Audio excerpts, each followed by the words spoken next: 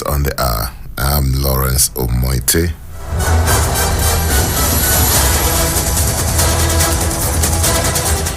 The Amnesty International has demanded a transparent coroner inquest on 103 slain EndSARS protesters for whom the Lagos State government is planning a mass burial, saying the plan should be put on hold.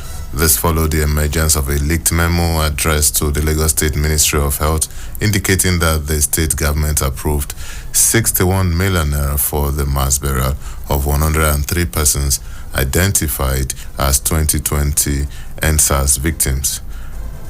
The Lagos State government has, however, maintained that the victims to be buried were not from the controversial Lekki Toll Gate shooting. The Permanent Secretary, Minister of Health, Dr. Olusegun Agboye, while confirming the letter, insisted that the victims were from incidents of violence that occurred in the aftermath of the EndSARS protest. The outstanding 1.3 trillion naira debt of the federal government to the Nigerian National Petroleum Company Limited has nothing to do with the payment of dividends to government. In June this year, the National Oil Company revealed that it was expecting a refund of about 1.3 trillion naira from the Federation account as debt by the federal government. It disclosed this when the interagency committee constituted by the President Bola Ahmed Tinubu's government was set to commence sitting to resolve the lingering debt roll.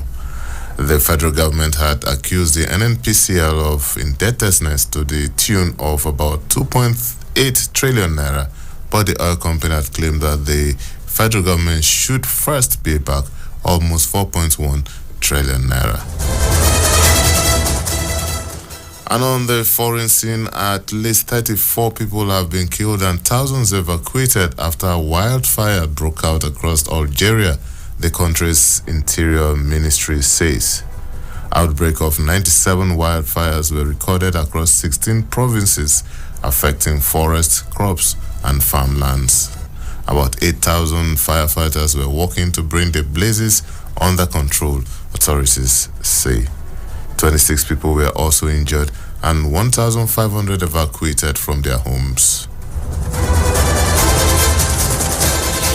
And in sport, gifted teenager Linda Giacedo scored as Colombia beat a disappointing South Korea 2-0 to open their Women's World Cup campaign on Tuesday.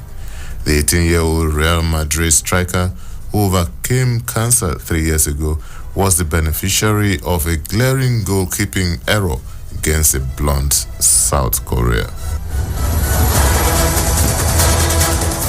And that's the Citizen FM News on the Hour. I'm Lawrence Omoite.